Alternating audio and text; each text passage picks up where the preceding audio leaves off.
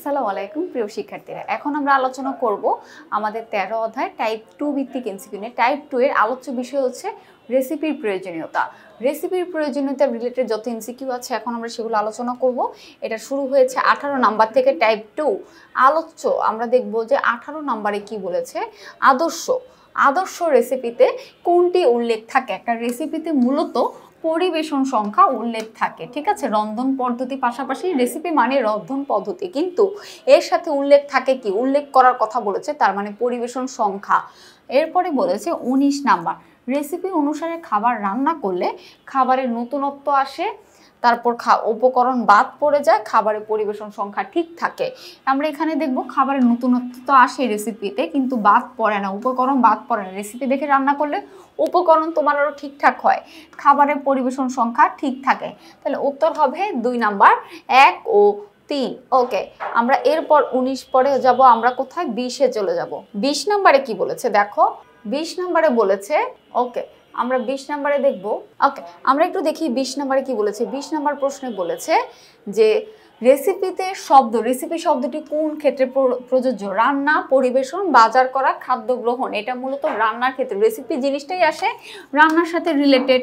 এরপর 21 নাম্বার বলছে খাদ্য প্রস্তুত করার পূর্বে কোনটি সঠিকভাবে জেনে নিতে হবে? উপকরণ, রেসিপি, কাঁচামাল, তারপর হচ্ছে মেনু।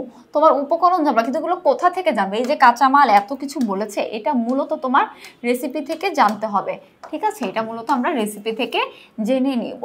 এরপরে বলল 22 নাম্বার, কোনটি রেসিপির সুবিধা? আমরা একটু দেখব রেসিপির সুবিধাটা কি।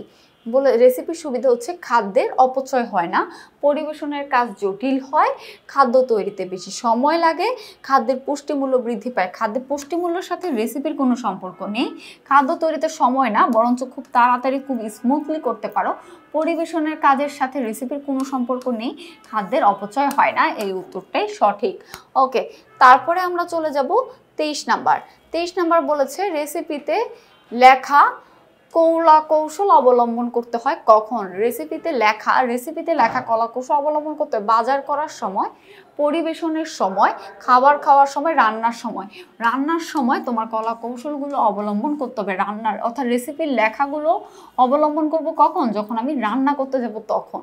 এরপরে আমরা দেখব 24 নাম্বার। 24 নাম্বারে কি বলছে?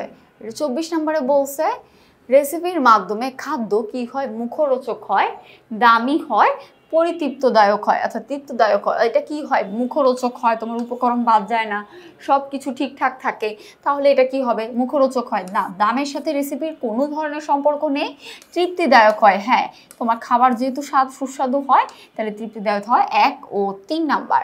25 নাম্বারে বলেছে রেসিপির ব্যবহারে লক্ষণীয় বিষয় হলো বুঝে অনুসরণ করা, কোনো উপকরণ বাদ না দেওয়া, তারপর বলেছে রন্ধন পদ্ধতি অনুসরণ করা। রেসিপি ব্যবহারের সবথেকে লক্ষণীয় বিষয় হলো বুঝে বুঝে ফলো করতে হবে, উপকরণ বাদ দেওয়া যাবে না, তাহলে ওই রকম সুস্বাদু হবে।